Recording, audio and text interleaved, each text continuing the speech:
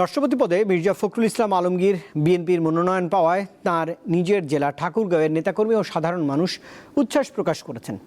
তিনি ত্রয়োদশ জাতীয় সংসদ নির্বাচনে ঠাকুরগাঁও 1 আসন থেকে এমপি নির্বাচিত হয়েছিলেন। ঠাকুরগাঁও পৌরসভা থেকে বঙ্গভবনের পথে মির্জা ফখরুল আজ দলীয়ভাবে বিএনপি রাষ্ট্রপতি মনোনয়ন ঘোষণার পর থেকে উল্লাসে ফেটে পড়ে মির্জা ফখরুলের নিজ জেলা ঠাকুরগাঁও। মির্জা ফখরুল ইসলাম আলমগীর স্যার, উনি ঠাকুরের মাটির মানুষের নেতা। ওনার সঙ্গে ঠাকুরের মাটিতে আমরা একসঙ্গে মিশেছি, উনি সবার সঙ্গে মিশেছেন, আমরা ওনার সঙ্গে মিশেছি। এখন সেই ব্যক্তি আজকে বঙ্গভবনে যাওয়ার পথে, এটা ঠাকুরবাসী হিসেবে আমরা গর্বিত।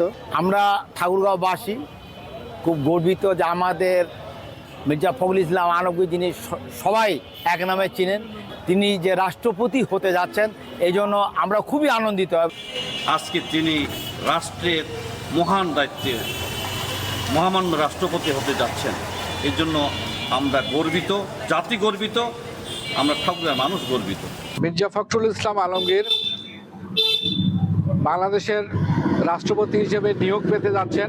দেশবাসী হিসেবে এটি যেমন একটি ভালো খবর, ঠাকুরগাঁওবাসী হিসেবে এই খবরটি জেনে আমরা অত্যন্ত আনন্দিত এবং গর্বিত। রাষ্ট্রপতি সম্মানের জায়গাটুকু একটা বিশাল সম্মান।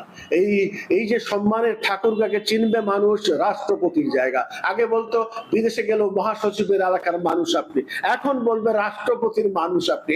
তিনি 23তম রাষ্ট্রপতি হতে যাচ্ছেন, আমরা ঠাকুরগাঁওবাসী অনেক খুশি, সবাই গর্বিত এবং তার জন্য আগামীর জন্য শুভকামনা। আসলেই আমরা ঠাকুরগাঁওবাসী হিসেবে এতটাই আনন্দিত এবং গর্বিত যে আমাদের মির্জা ফখরুল ইসলাম আলমগীরের মতো একজন নেতা এই জেলায় জন্মগ্রহণ করেছেন।